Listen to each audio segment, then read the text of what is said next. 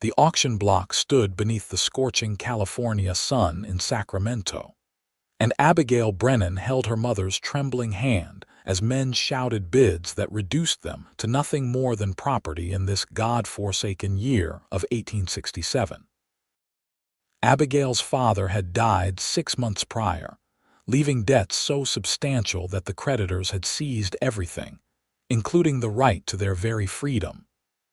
Her mother, Eleanor, was 63 years old, her hair silver and her body weakened by years of hard labor on their failed homestead. Abigail herself was 22, with auburn hair that hung in a long braid down her back and green eyes that refused to show the terror coursing through her veins.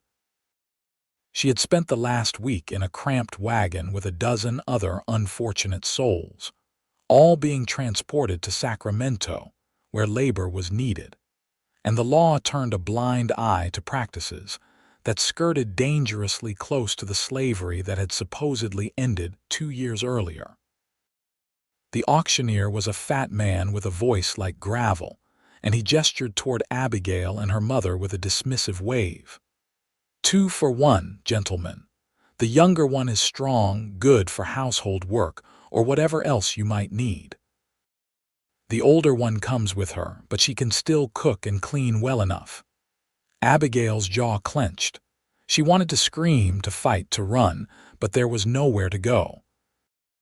Armed men stood at every corner of the makeshift platform, and beyond them, the crowd of prospective buyers evaluated them like livestock.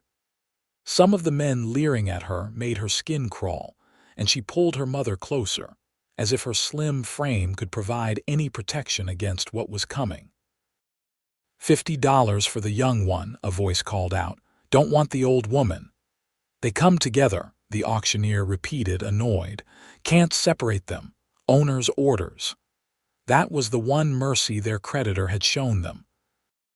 Martin Yates, the man who had bought their debt and arranged this auction, had agreed to keep them together when Eleanor had begged on her knees. Abigail suspected it was only because he thought they would fetch a better price as a pair, someone looking for household servants who wouldn't ask too many questions. 75 for both, another man shouted. He was broad-shouldered and cruel-eyed with a scar running down his cheek. Abigail recognized the type. She had seen men like him in the saloons her father used to frequent before he drank himself to death. This man would work them until they dropped, and likely worse. The bidding continued, climbing slowly. Abigail felt each number like a blow. $100. 125. The scarred man kept bidding, his grin widening each time. Then a new voice cut through the crowd, deep and steady. $200. The crowd fell silent, turning to look at the speaker. Abigail followed their gazes and saw a tall man standing near the back. He wore dusty clothes and a wide-brimmed hat that shadowed his face, but she could see a strong jaw and sun-bronzed skin. He looked to be in his late 20s, perhaps 30 at most, with dark hair visible beneath his hat and an expression that was difficult to read. The scarred man scowled. 225. 300, the tall man said without hesitation, his voice calm. A murmur rippled through the crowd. $300 was far more than 2 indentured servants were worth, especially when one was elderly. The scarred man's face reddened, but he shook his head and stepped back, clearly unwilling to go higher. The auctioneer looked around eagerly. 300 going once, going twice. He paused, hoping for another bid, but none came. Sold to Mr. Jameson Orton. Abigail's heart hammered in her chest as the tall man made his way through the crowd toward the platform. Up close, she could see his features more clearly. He had gray eyes that held a surprising gentleness, though his face was weathered by sun and wind. A few days' worth of stubble covered his jaw, and there was a weariness about him that spoke of hard years. He climbed the steps to the platform and pulled out a leather pouch, counting out the coins with practiced efficiency. The auctioneer took the money greedily, then gestured for Abigail and her mother to step forward. "They're all yours, Mr. Orton. Papers will be ready within the hour at the clerk's office." Jameson Orton nodded, then turned to face Abigail and Eleanor. His gaze was direct but not unkind. "Come with me," he said simply.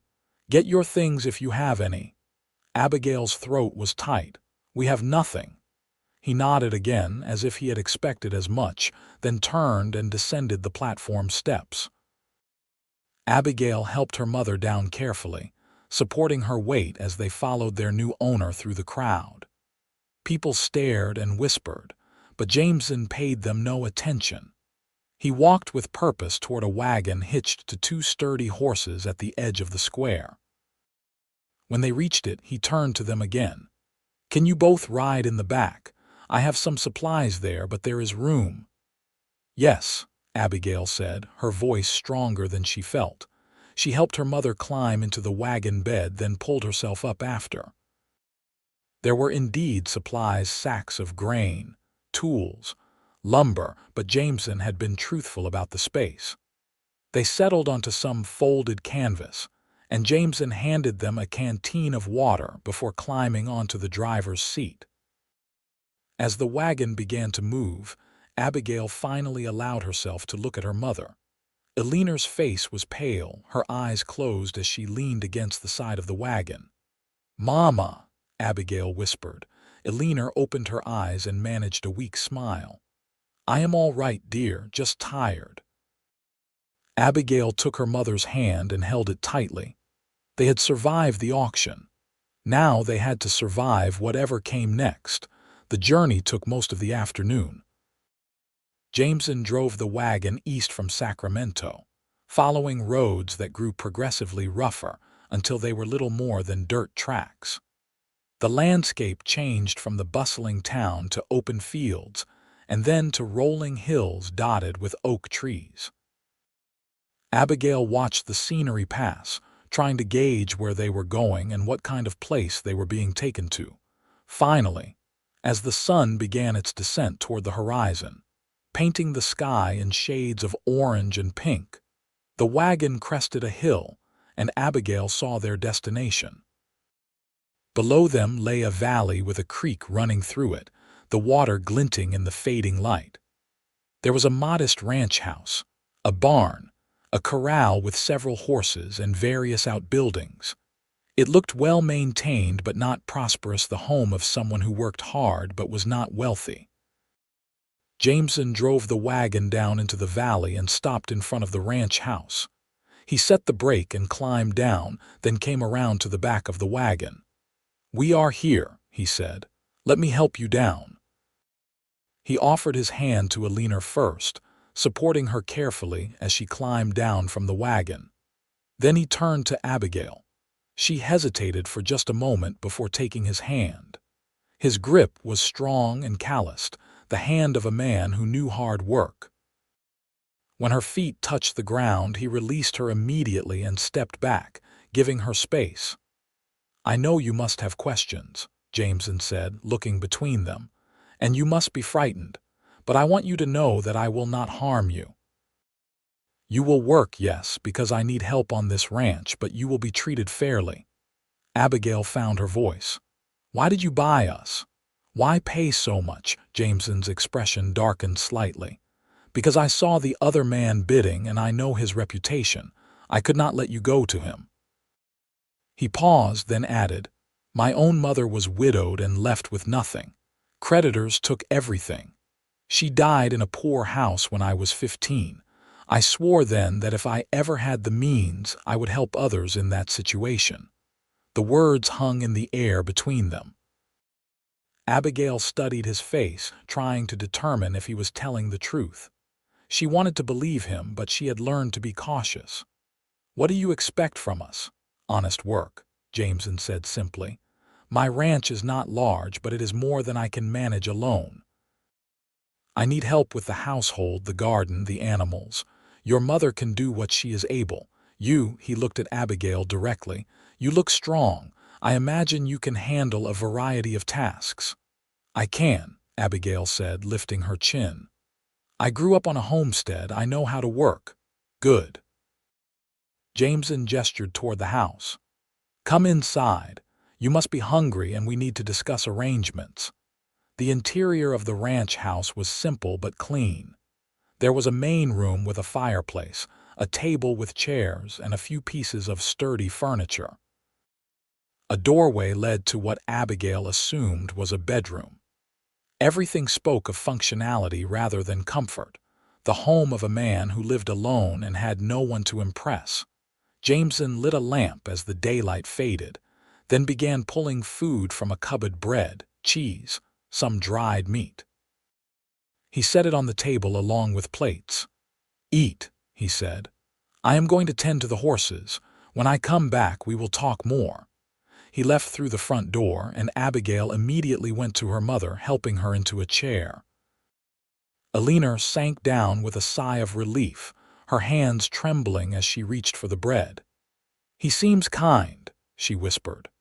"Maybe," Abigail said, unwilling to let her guard down yet. But she had to admit that so far Jameson Orton had done nothing to suggest he was a cruel man. She cut slices of cheese and meat for her mother, making sure Alina ate before taking anything for herself. When Jameson returned 20 minutes later, he found them both eating quietly at his table. He nodded in approval, then sat down across from them. "I want to explain how things will work," he said without preamble. "This house has one bedroom which I use. I was planning to build an addition anyway. I inherited this place from my uncle 2 years ago, and it has always been too small. Now that you are here, that construction becomes a priority." Abigail set down her bread. "An addition? A room for you and your mother," Jameson said. "It will take me a week, perhaps 2, to complete it. In the meantime, I will sleep in the barn and you can have the bedroom." Abigail stared at him. "You would give us your bedroom?" "Your mother needs a proper bed more than I do," Jameson said matter-of-factly. "I have slept in worse places than a barn. It is no hardship for a short time." Alina's eyes filled with tears. "You are very kind, Mr. Orton." Jameson looked uncomfortable with the gratitude. "It is simply practical. A sick worker is no good to anyone, and your mother needs rest." He stood and picked up the lamp. "Come, let me show you the bedroom so you can settle in." The bedroom was small but tidy, with a bed covered in quilts, a washstand, and a trunk. Jameson opened the trunk and pulled out some blankets. "These are extras. Use whatever you need." He paused, then added, "There is a privy behind the house, and the creek is good for washing. Tomorrow I will show you around the ranch properly and explain your duties. For tonight, just rest." He left them alone, closing the door behind him. Abigail stood in the center of the room, trying to process everything that had happened.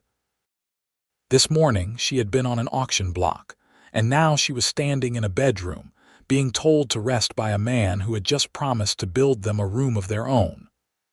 "I think we have been very fortunate," Alina said softly, settling onto the edge of the bed with a groan of relief. "Perhaps," Abigail said, but she could not shake the feeling that this was too good to be true. Men did not simply pay $300 out of kindness. There had to be something more, some expectation that Jameson Orton was not yet voicing. Still, for tonight, they were safe and they were together. That would have to be enough. Over the following days, Abigail began to understand the rhythm of life on the Orton ranch. Jameson rose before dawn and worked until well after dark, tending to his horses, repairing fences, managing the small herd of cattle that grazed in his pastures. He was a man of few words but consistent action, and he expected the same from those around him. Abigail threw herself into the work with determination. She cleaned the house from top to bottom, organized the chaos of Jameson's kitchen, and took over the cooking.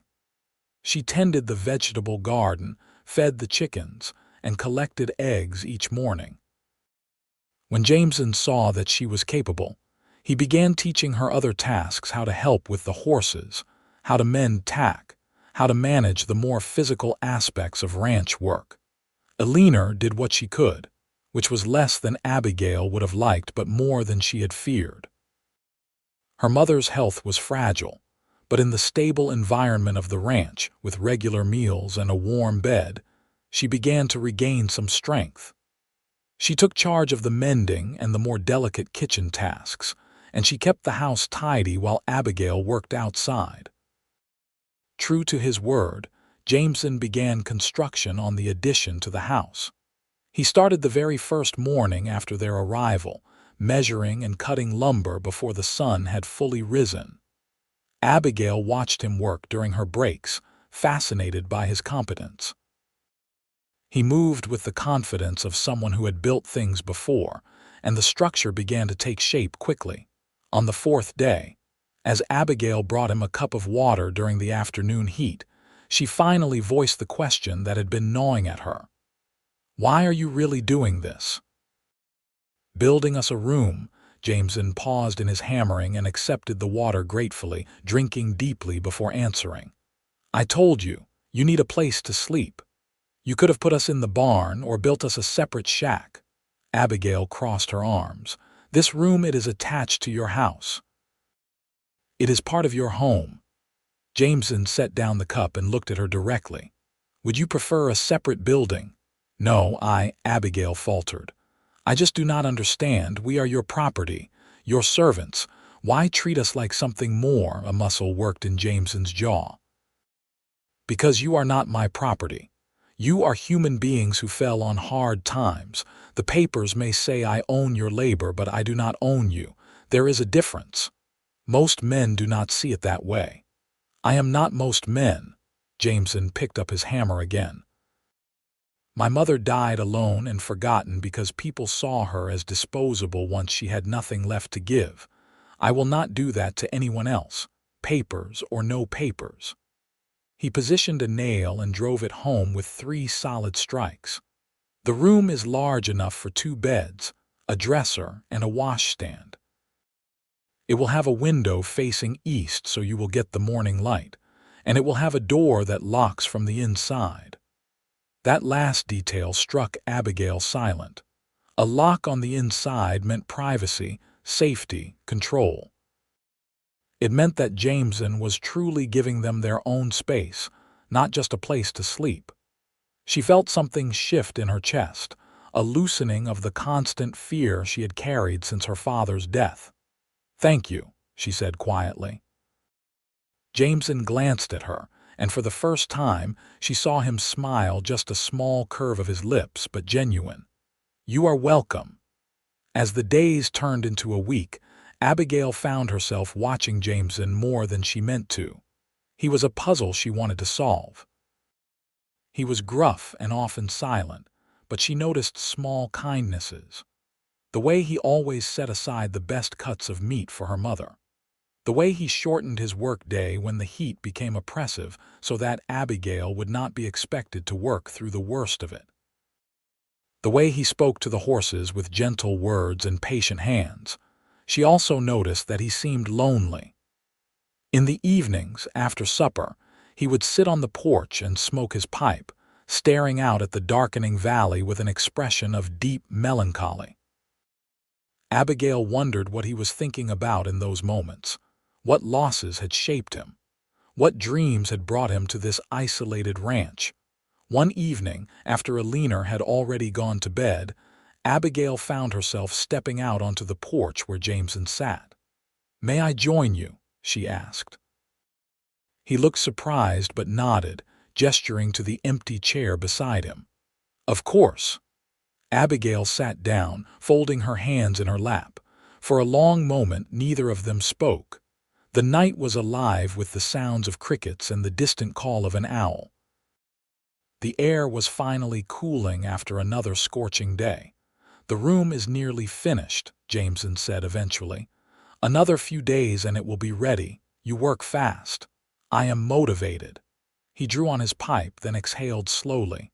"I want your mother to be comfortable." "She is already more comfortable than she has been in months," Abigail said. "You have been very good to us." Jameson made a dismissive sound. "I am simply being decent. Decency is rarer than you might think." Abigail paused, gathering her courage. "May I ask you something personal?" He glanced at her, wariness in his eyes. "You may ask, I may not answer."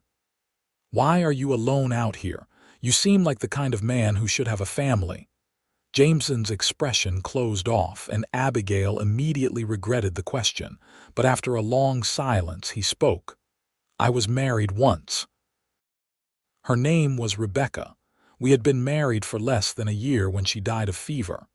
His voice was flat, emotionless, but Abigail could hear the pain beneath it. "That was 5 years ago. I have not had the heart to try again." "I am sorry," Abigail said softly. "That must have been terrible." "It was a long time ago." But the way he said it suggested that no amount of time would ever be long enough. He knocked the ashes from his pipe and stood. "I should get some sleep. Morning comes early." Abigail watched him walk toward the barn, his shoulders squared as if against a weight. She understood loss. She had lost her father, her home, her freedom. But she had never lost a spouse, someone she had chosen and loved. She tried to imagine what that pain must be like and found she could not fully grasp it. Over the next several days, something shifted between Abigail and Jameson. Their conversations remained brief and practical, but there was a new awareness, an unspoken acknowledgement of shared grief. Abigail found herself seeking him out with questions about the ranch, and Jameson began teaching her with more patience, explaining not just what to do but why. He showed her how to read the horse's moods, how to spot signs of illness or injury.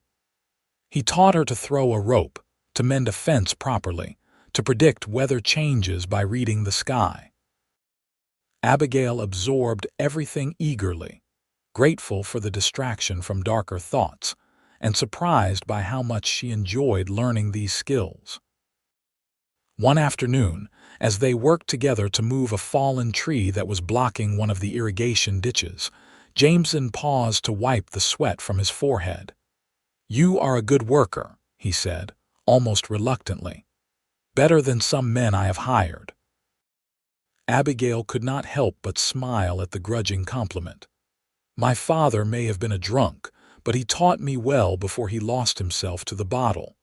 "What happened to him, if you do not mind my asking?" Abigail braced her hands against the rough bark of the tree. "He came west during the gold rush with dreams of striking it rich. Never found any gold, but he found plenty of whiskey. My mother tried to hold the homestead together, but without his help, it was impossible.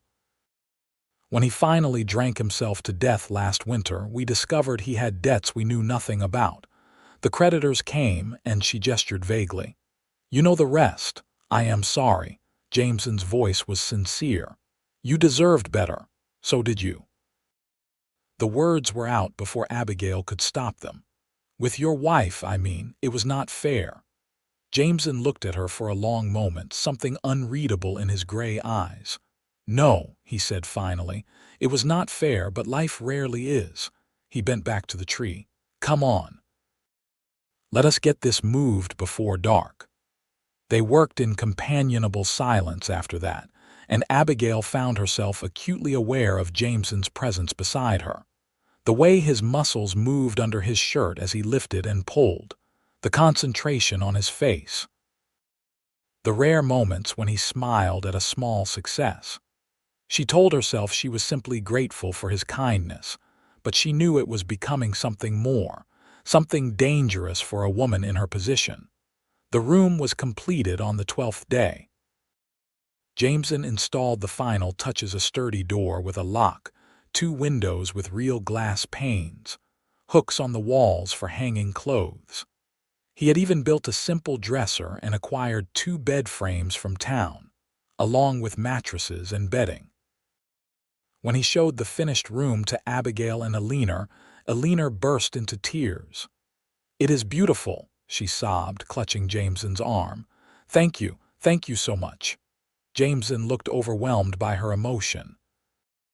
"It is just a room," he mumbled, but his eyes were soft as he helped a leaner inside to examine everything more closely. Abigail stood in the doorway, taking in every detail. The room was bigger than she had expected, easily 15 feet square. The beds were positioned on opposite walls with a space between them for privacy. The morning sunlight streamed through the east-facing window just as Jameson had promised, illuminating the clean wooden walls. It was simple but well made, built with care and attention. "You did this for us," Abigail said, her throat tight. "You really did this." Jameson had moved back to the doorway, standing beside her. "I told you I would." "I know, but—" Abigail struggled to find the right words. "No one has ever done something like this for me before." Not without expecting something in return. Jameson turned to look at her, and the intensity in his gaze made her breath catch. "I do expect something in return," he said quietly. "I expect you to feel safe here. I expect you to sleep soundly. I expect you to stop looking at me like you think I am going to hurt you." He paused. "That is what I expect." Abigail felt heat rise in her cheeks, and she was suddenly very aware of how close they were standing. She could smell sawdust and sweat and something else that was distinctly him. "I do not think that anymore," she whispered. "Good."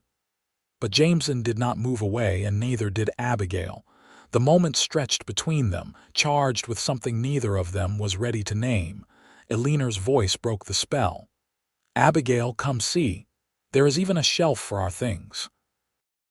Abigail stepped away quickly, her heart hammering. She joined her mother inside the room, making appropriate sounds of approval, but her mind was elsewhere. Something had just happened between her and Jameson, something that changed the nature of their relationship. She was not sure what it meant or where it would lead, but she knew with absolute certainty that she was no longer simply grateful to him. She was beginning to care for him in a way that was entirely too complicated. That night, as Abigail lay in her new bed in her new room, she stared at the ceiling and tried to sort through her feelings. It was foolish to develop tender emotions for Jameson Orton. She was bound to him by legal papers that gave him control over her labor for the next 3 years. That was the term of service her debt had required. Even if he was kind, even if he treated her well, the fundamental inequality of their positions remained. And yet, she could not stop thinking about the way he had looked at her in the doorway. The intensity, the vulnerability. She could not stop remembering the gentle tone of his voice or the careful way he had built this room to be a sanctuary. Across the room, Eleanor was already asleep, her breathing soft and even. Abigail was glad her mother was finding peace here. Eleanor's health had improved noticeably over the past 2 weeks, the constant worry and deprivation of their previous situation giving way to regular meals and security. Abigail eventually drifted off to sleep, and she dreamed of gray eyes and work-roughened hands and a smile that was rare but transformative. Summer deepened into its full heat, and the work on the ranch became more demanding. Jameson hired 2 temporary hands to help with the cattle drive to market, and suddenly the ranch was full of activity. The men were rough but respectful, and Jameson made it clear from the start that Abigail and Eleanor were under his protection. No one was to bother them or speak to them in any inappropriate way. Abigail cooked for the crew, preparing large meals that fueled their long days of work. She found she did not mind the extra labor. There was something satisfying about seeing the men's appreciation for her cooking, about contributing to the functioning of the ranch in a meaningful way. One of the hired hands, a younger man named Tom with sandy hair and an easy smile, tried to engage Abigail in conversation whenever he could. He was friendly and harmless, but Abigail noticed that Jameson always seemed to appear whenever Tom lingered too long near the kitchen. Jameson would find some task that required Tom's immediate attention, and the younger man would be sent away with an annoyed expression. After the third time this happened, Abigail confronted Jameson about it. "Are you deliberately keeping Tom away from me?" she asked as they worked together to hang laundry in the hot afternoon sun. Jameson pinned a sheet to the line with more force than necessary. "He talks too much. Work is not getting done. He is just being friendly. He is being more than friendly." Jameson shot her a dark look. "I have seen how he looks at you." Abigail felt a flutter of something in her chest, hope, perhaps, or foolishness. "And how is that, like a man who has ideas?" Jameson grabbed another sheet. "I will not have it, not while you are under my protection. I can handle a harmless flirtation, Jameson. I do not want you to have to handle it." His voice was sharp, almost angry. "Tom is a decent enough worker, but he has no prospects. He drifts from ranch to ranch, never settling. If he thinks he can court you—" He stopped abruptly, as if realizing he had said too much. Abigail stepped closer, her pulse quickening. "What does it matter to you who courts me? In 3 years my term of service will be complete. I will be free to do as I please." Jameson's jaw clenched. 3 years is a long time. "Yes," Abigail said softly. "It is." They stared at each other over the laundry basket, and Abigail could see the war happening behind Jameson's eyes. He wanted to say something, she was certain of it, but he was holding himself back with iron control. Finally, he looked away. "Just stay away from Tom, please." It was the please that undid her. Abigail nodded, not trusting her voice, and they finished hanging the laundry in silence. The cattle drive left a week later, taking Jameson and the hired hands with it. They would be gone for at least 10 days, possibly 2 weeks, depending on how long it took to reach the market and complete the sale. Jameson left detailed instructions for Abigail on how to manage the ranch in his absence, and he made arrangements for a neighbor, an older man named Mr. Patterson, to check on them every few days. "You will be all right?" Jameson asked on the morning of his departure. He looked reluctant to leave, his gaze sweeping over Abigail and Alina as if memorizing their faces. "We will be fine," Abigail assured him. "We have handled a homestead before. We can manage a ranch for 2 weeks. If anything happens, anything at all, send word to Patterson. He knows where we are headed and can get a message to me. Nothing will happen. Stop worrying." Jameson smiled slightly. "Worrying seems to be something I do now." He hesitated, then reached out and touched Abigail's shoulder briefly. "Be safe." Then he was mounting his horse and riding out with the men and the cattle, and Abigail was left standing in the yard with her mother, watching until they disappeared over the hill. The ranch felt empty without Jameson's presence. Abigail had not realized how much his quiet companionship had come to mean until it was absent. She threw herself into the work with determination, but the evenings were lonely. She missed the ritual of sitting on the porch with him, missed their brief conversations, missed simply knowing he was nearby. On the 8th day of his absence, Abigail was working in the garden when she heard horses approaching. She straightened, shading her eyes against the sun, and felt her heart sink when she recognized the rider. It was the scarred man from the auction, the one who had bid against Jameson. He had 2 other men with him, both rough-looking and armed. Abigail set down her tools and walked calmly toward the house, her mind racing. Alina was inside, napping. They were alone. "Can I help you, gentlemen?" she called out, keeping her voice steady. The scarred man grinned, showing yellow teeth. "Well, now I remember you. You are the pretty one from the auction, Orton's woman." "I am Mr. Orton's employee," Abigail corrected, her hand moving subtly to the knife she kept at her belt. "What do you want?" "Just thought we would pay a friendly visit, see how you are settling in." The man dismounted, his companions following suit. Seems like Orton is not around. That is convenient. Abigail backed toward the door. Mr. Orton will be back soon, and he has neighbors watching the place. That old man Patterson, the scarred man laughed. He is half-deaf and moves like molasses. By the time he hears anything, we will be long gone. Fear spiked through Abigail, cold and sharp, but she refused to show it. You need to leave, now. Or what? The man stepped closer, and Abigail could smell the whiskey on his breath. You going to stop me, girl? Abigail's fingers closed around the knife handle. She had never used a weapon against another person, but she would do it if she had to. I am warning you. The sound of a gunshot cracked through the air, and everyone froze. Abigail looked toward the source of the sound and saw Mr. Patterson sitting on his horse at the edge of the property, a rifle in his gnarled hands. He might be old, but the rifle was steady.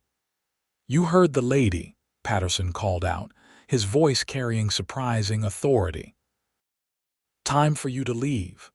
The scarred man's face darkened with fury, but he was not stupid enough to challenge an armed man. He spat in the dirt, then jerked his head at his companions. This is not over, he said to Abigail, his voice low and threatening. Orton cannot watch you all the time. They mounted and rode off, and Abigail sagged against the doorframe, her legs suddenly weak. Patterson rode up to the house and dismounted stiffly. You all right, miss? Yes, thanks to you. Abigail managed a shaky smile. How did you know to come? Saw them riding this direction and did not like the look of them. Patterson's weathered face was grim. That was Carl Jennings. He is bad news, mean when he is sober and meaner when he is drunk. He bid on us at the auction. I think he is angry that Jameson outbid him. Well, he better keep his anger to himself. Patterson looked at her seriously. I am going to send word to Jameson. He needs to know about this. He is on a cattle drive. You cannot bring him back just because someone made threats. Those were not just threats, miss. Jennings does not make idle threats. Jameson needs to know so he can take proper precautions.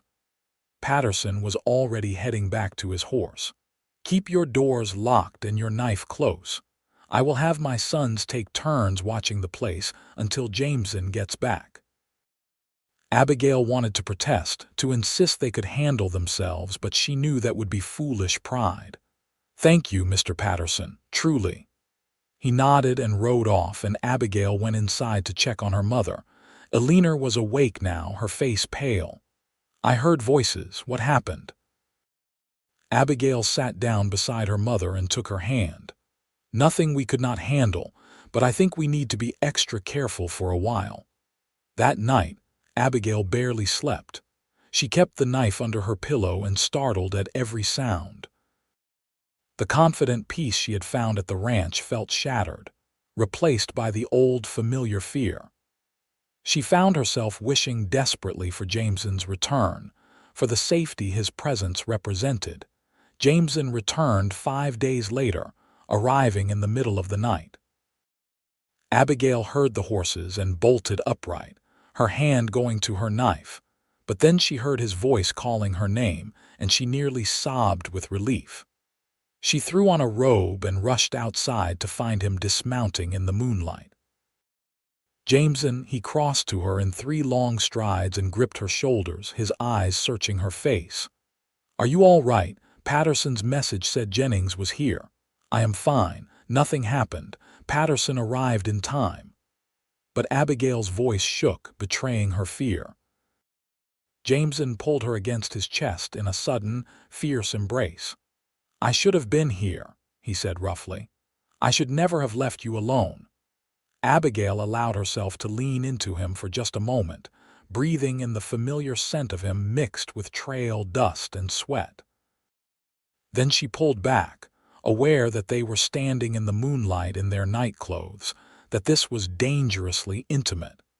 You could not have known, and you had to take the cattle to market. The money from the sale does not matter if you are not safe. Jameson's hands were still on her shoulders, his touch burning through the thin fabric of her robe. I cut the trip short as soon as I got Patterson's message, left Tom and the others to finish the business. You did not have to do that. Yes, I did. His voice dropped lower. Abigail, he stopped, seeming to struggle with himself. I should not say this. It is not right given our situation, but I cannot keep pretending any more. Abigail's heart was hammering so hard she was sure he must be able to hear it. Pretending what?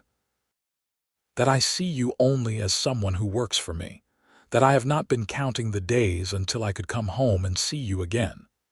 His gray eyes were intense in the moonlight. I know I have no right.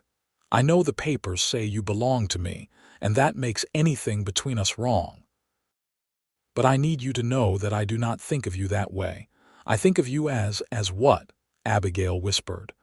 As someone I am beginning to care for far too much. The confession seemed torn from him. Someone I think about constantly. Someone who has brought light back into my life when I thought I would never feel that again. Abigail's breath caught. Jameson, you do not have to say anything, he said quickly. I know this is complicated. I know you may not feel the same. And I promise I will never use my position to pressure you. You are safe here regardless of how you feel about me, but I needed you to know the truth. For a long moment, Abigail simply looked at him. This man who had saved her and her mother, who had built them a room, who had treated them with more kindness than she had known in years. And she realized that her feelings for him had been growing all along, deepening from gratitude into something far more powerful. I think about you constantly too, she said softly. I have been trying not to, telling myself it was foolish, but I cannot help it. When you were gone, I missed you every single day. Something blazed in Jameson's eyes. You did? Yes. Abigail reached up and touched his face, feeling the rough stubble under her palm. I care for you, Jameson, more than I should, more than is wise, but I do. He turned his head and kissed her palm, the gesture so tender it made her eyes sting with tears. Then we will figure this out, he said. Somehow we will find a way to make this right. They stood together in the moonlight, the future uncertain but the present perfect, and Abigail felt something she had not felt in a very long time. Hope. The next morning, Jameson was up before dawn, and Abigail found him reinforcing the locks on all the doors and windows. She watched him work, noting the grim determination on his face. You really think Jennings will come back? I know his type. He sees you as something he was denied, and that makes him want you more. Jameson tested a lock, satisfied when it held firm. I will not take chances with your safety. Over the following weeks, Jameson took several precautions. He arranged for Patterson's sons to help with the ranch work, ensuring there were always multiple men around during the day. He taught Abigail how to shoot, spending afternoons at target practice until she could hit a bottle at 20 paces. And he made inquiries in town about Jennings, trying to gauge whether the man was planning anything. But as the weeks passed without incident, the tension gradually eased. Life on the ranch settled into a new rhythm, one that included the unspoken acknowledgement of feelings between Abigail and Jameson. They did not speak of it again directly, but it colored every interaction. The way Jameson's hand would linger when he helped her down from the wagon. The way Abigail would find excuses to bring him water or food when he was working. The way they would sit on the porch in the evenings, their chairs gradually moving closer together. Alina noticed, of course. One afternoon, as she and Abigail worked together on mending, she spoke carefully. You and Mr. Orton have grown close. Abigail felt her cheeks warm. He has been very good to us. He looks at you the way your father used to look at me before the drinking. Alina's voice was gentle. With love, Mama, it is complicated, I know, darling. I know the situation is difficult, but I also know that life is short and happiness is rare. If you have found something real with him, Do not let the circumstances stop you from embracing it. Abigail set down her mending and looked at her mother. What if I am just grateful? What if I am confusing gratitude with something else? Are you? Eleanor asked simply. Abigail thought about it, really thought about it. She thought about how her heart lifted when Jameson smiled, how she worried when he was working with the more dangerous animals, how she loved the rare moments when he laughed, a sound like sunshine breaking through clouds, how she wanted to know everything about him, his past and his dreams and his fears. No, she said finally, it is not just gratitude. Eleanor smiled and patted her hand. Then follow your heart, my dear. We have been given a second chance at life here. Do not waste it. That night, Abigail found Jameson in the barn checking on a mare that was due to foal. He looked up when she entered, surprise and pleasure crossing his face. Is everything all right? Yes. Abigail came to stand beside him, watching the mare shift restlessly in her stall. I just wanted to talk to you. Jameson straightened, giving her his full attention. About what? About us. Abigail gathered her courage. About what happens next. What do you want to happen next? His voice was careful, as if he was afraid of her answer. I want to stop pretending there is nothing between us, Abigail said. I want to stop treating this as if it is wrong or inappropriate. I want to acknowledge what we both feel. Jameson took a step closer. The papers say you control my labor, not my heart. Abigail looked up at him. My feelings are my own, freely given, and I am choosing to give them to you. The expression on Jameson's face was almost reverent. He reached out slowly, giving her time to pull away, and cupped her face in his hands. You are the most remarkable woman I have ever known, he said quietly. Strong and brave and kind. I do not deserve you. Yes, you do. Abigail leaned into his touch. You saved us. You have given us a home and safety and respect. You deserve happiness just as much as we do. I am happy, Jameson said, his thumb stroking her cheek. Happier than I have been in years. You have given me that. Then he kissed her, soft and gentle and full of restrained passion.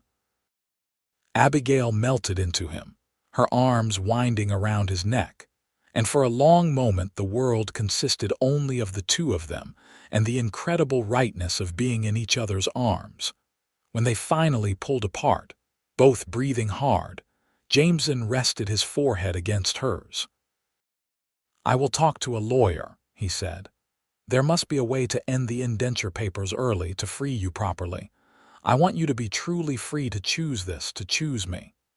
I am already choosing you, Abigail said, but she understood what he meant. He wanted their relationship to be between equals, not between master and servant. Thank you. Until then, we will be careful, proper. Jameson smiled wryly. Even though it will be torture, Abigail laughed. Proper is overrated, says the woman who has already stolen my heart. They kissed again, slower this time, savoring the moment. And when they finally left the barn and walked back to the house together, Abigail felt as if she was floating. She had thought happiness was lost to her forever, but Jameson had proven her wrong. The next several months passed in a blur of contentment. Jameson made good on his promise to consult a lawyer, and they discovered that he could indeed terminate the indenture papers early by paying a fee to the original creditor. It was not a small sum, but Jameson did not hesitate. He made the arrangements immediately, and 6 weeks later, Abigail received official notice that her debt was settled and she was a free woman. She cried when she read the papers, and Jameson held her while she wept tears of relief and joy.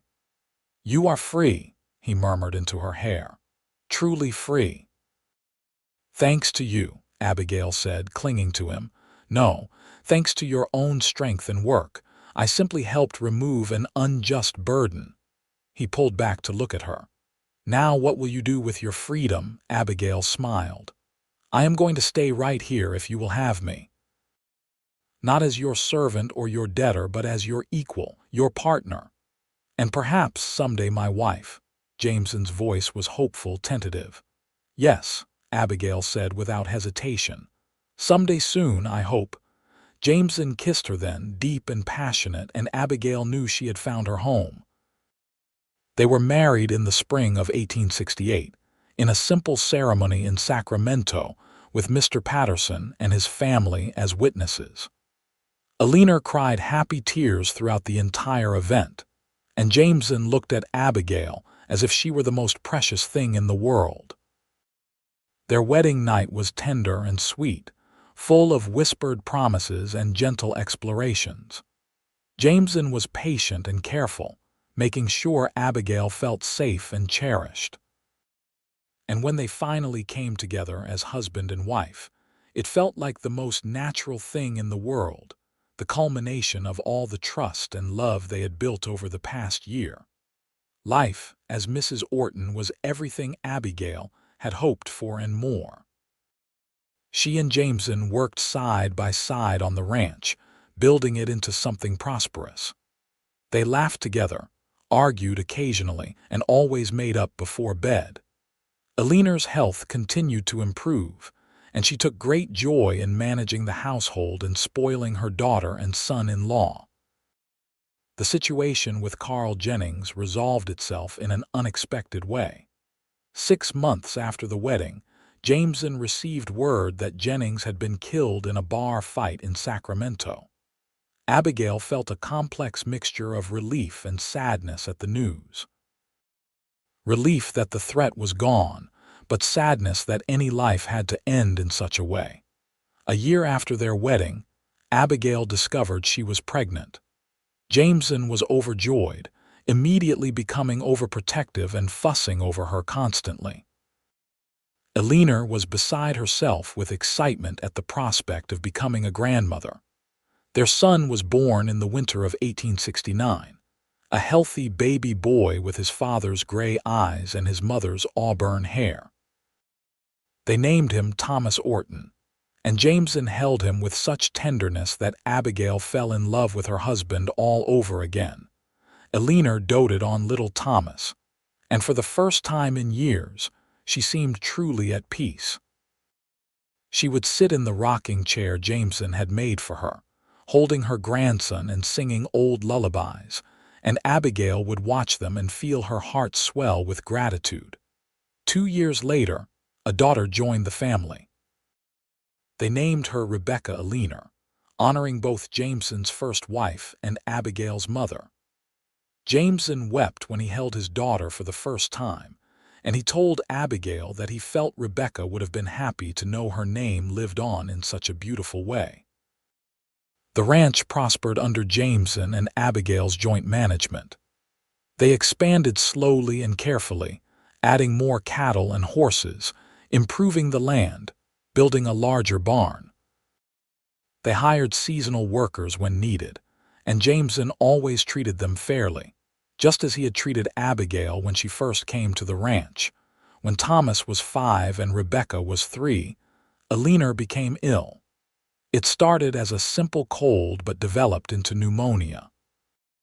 Despite Abigail and Jameson's best efforts, despite the doctor they brought from Sacramento, Alina passed away peacefully in her sleep one night, surrounded by the family who loved her.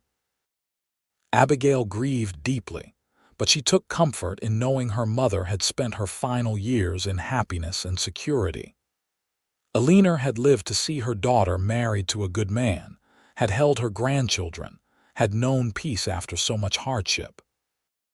It was more than many people got, and Abigail was grateful for every moment they had shared. They buried Alina on the ranch, under a large oak tree overlooking the valley. Jameson carved a beautiful headstone, and they planted flowers around her grave. The children would visit their grandmother's resting place often, bringing her wildflowers and telling her stories about their days. Life continued in its rhythms. Thomas grew into a serious, thoughtful boy who loved the horses and showed early promise as a rancher. Rebecca was spirited and fearless, following her father around and demanding to be taught everything he knew. Jameson and Abigail watched their children grow with pride and love, grateful every day for the family they had built. On their 10th wedding anniversary, Jameson surprised Abigail with a gift. He had been working on it in secret for months, and when he finally revealed it, Abigail was speechless. It was a portrait, painted by an artist from San Francisco, showing Abigail and Alina on the day they had arrived at the ranch.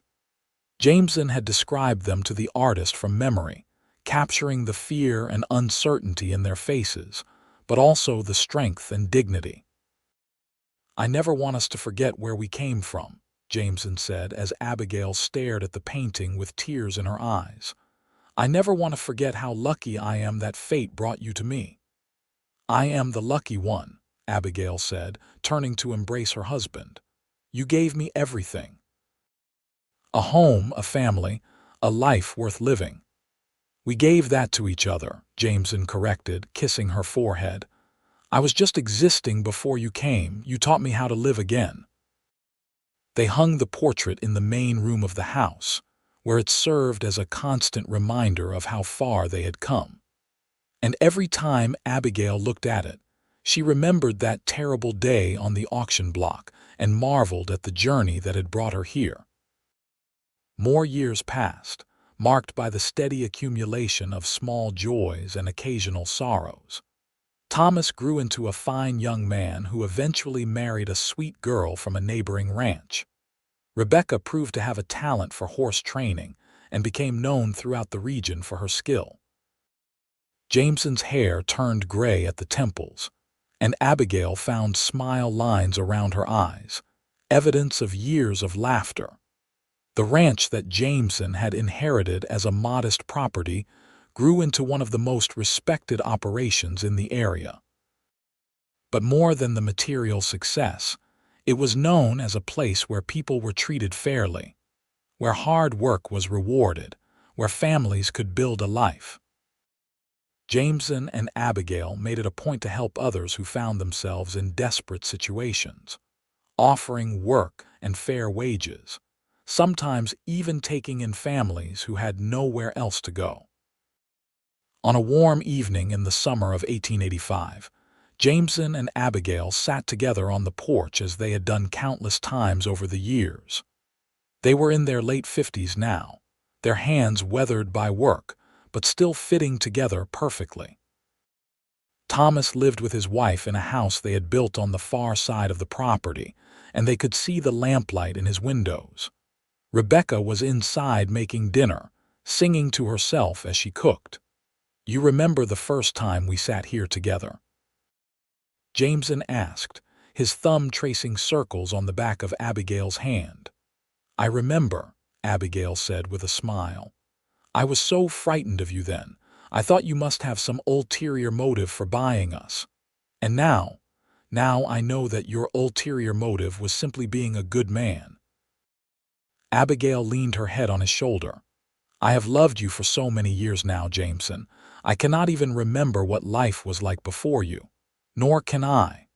Jameson kissed the top of her head. "You and the children are everything to me. This ranch, this life we have built, it is all because of you." "Because of us," Abigail corrected, echoing his words from years ago. They sat in comfortable silence, watching the sun set over the valley they had made their home. The creek sparkled in the fading light, and somewhere in the distance they could hear cattle lowing. It was a peaceful scene, the culmination of years of hard work and love. Rebecca called them in for dinner, and they rose together, Jameson helping Abigail to her feet with the same gentle care he had always shown. They walked into the house hand in hand, ready for the meal and the evening ahead, secure in the knowledge that they had built something lasting. The little room that Jameson had built all those years ago still stood, now used as a guest room and occasional nursery when Thomas's children visited.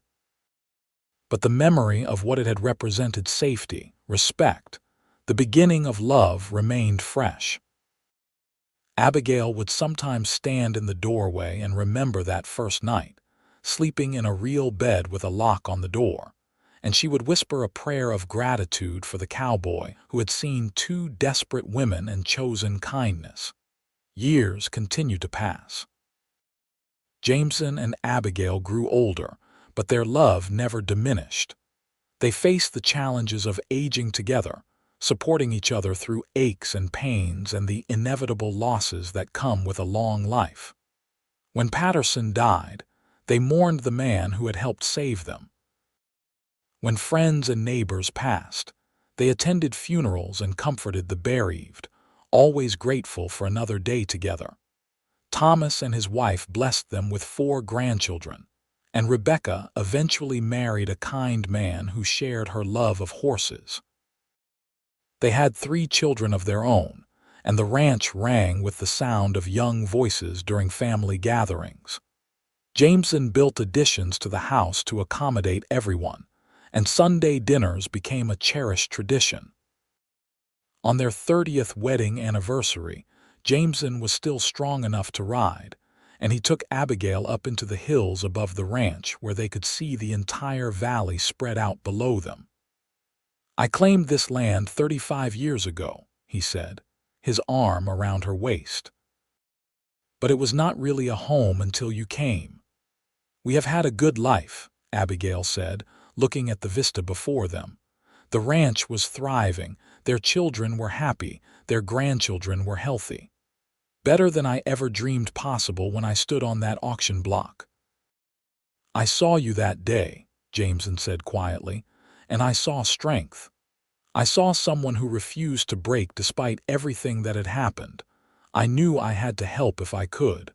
I never imagined I would be the one who was saved." Abigail turned to look at her husband, at his weathered face and gray hair and the eyes that still looked at her with such love. "We saved each other," she said simply. They rode back down to the ranch as the sun began to set, their horses walking side by side, and Abigail thought about how a single moment, a single act of kindness, had changed the trajectory of her entire life. She thought about the room Jameson had built, the care he had taken to make it a sanctuary. She thought about how love could bloom even in the most unlikely circumstances, how hope could survive even in the darkest times. That night, lying in bed beside her husband, Abigail counted her blessings. A home, a family, a love that had endured through decades.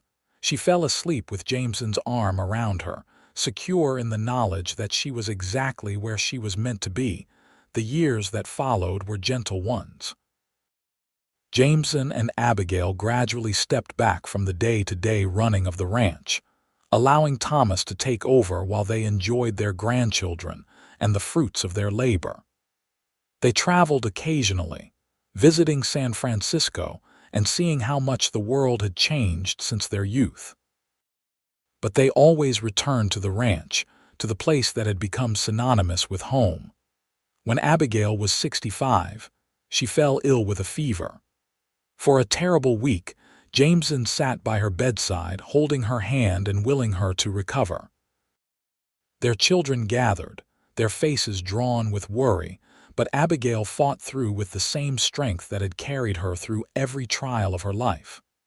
When she finally woke, clear-eyed and weak but alive, Jameson wept with relief. "I am not going anywhere," Abigail told him, her voice hoarse but firm. "We still have more years together."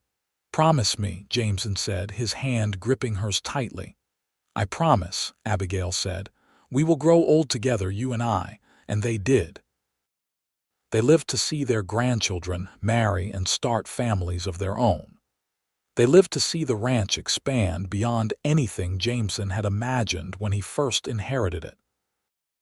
They lived to celebrate 50 years of marriage, surrounded by children and grandchildren and great-grandchildren, all of them the legacy of a cowboy who had chosen compassion, and a woman who had refused to give up hope. On a spring morning in 1902, Jameson and Abigail took their usual walk around the ranch. They moved slowly now, their steps careful, but they still insisted on this daily ritual. They walked past the corral where Jameson had first taught Abigail to rope, past the garden where they had harvested countless vegetables together, past Aliner's grave where fresh flowers always grew. They ended their walk at the little room that had started it all. It had been renovated and expanded over the years, but the original structure remained, a testament to the moment when everything had changed. Jameson put his arm around Abigail's waist, and she leaned into him, fitting against his side as perfectly as she had for over 3 decades. "I would do it all again," Jameson said softly. "Every moment, every choice, if it led me to you." "As would I," Abigail replied, "even the difficult parts, because they brought me here to this life to you."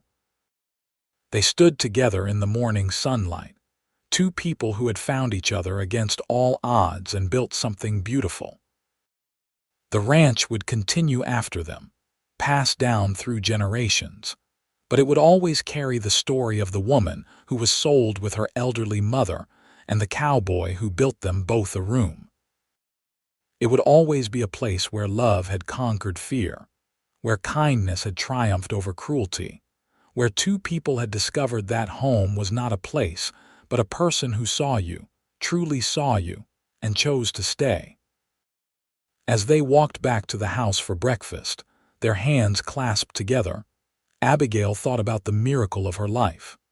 She had started with nothing, had been reduced to property on an auction block, had believed her future held only hardship and servitude. Instead, she had found love, partnership, family, and a happiness so complete it sometimes took her breath away. The cowboy who had paid $300 for her freedom had given her so much more than that. He had given her dignity, respect, safety, and love. He had built her a room of her own and then invited her to share his life. He had seen her not as property or a servant but as a woman of value, strength, and worth. And in return, she had given him her heart, her loyalty, her strength, and her love. Together, they had built not just a room or a ranch, but a legacy that would endure for generations. Years later, long after both Jameson and Abigail had passed peacefully into eternity, their story would still be told.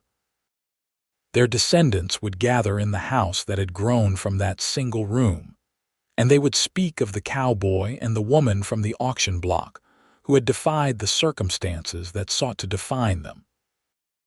They would speak of love that refused to be constrained by legal papers or social conventions. They would speak of kindness as a revolutionary act, but on that spring morning in 1902, none of that mattered.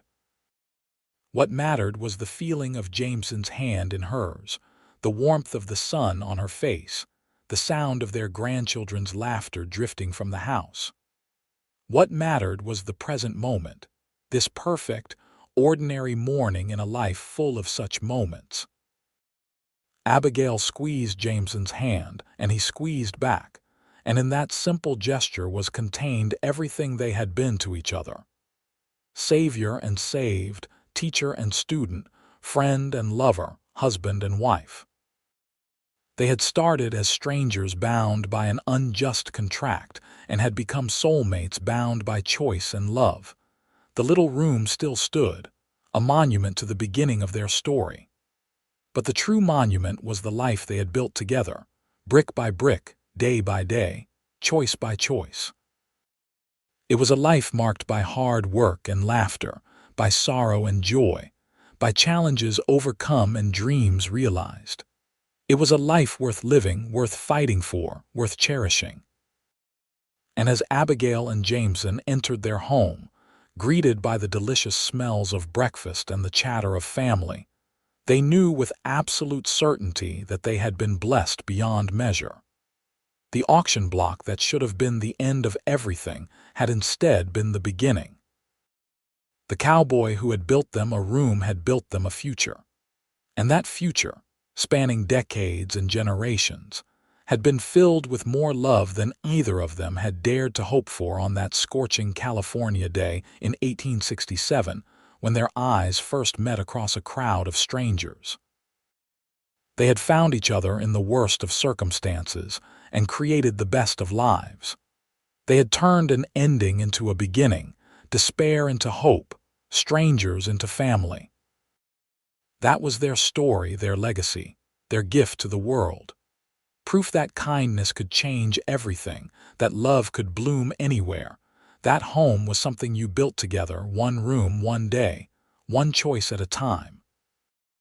And it was a story that would never truly end, living on in the hearts and lives of everyone who heard it, inspiring them to choose compassion, to see the humanity in others, to believe in the transformative power of love.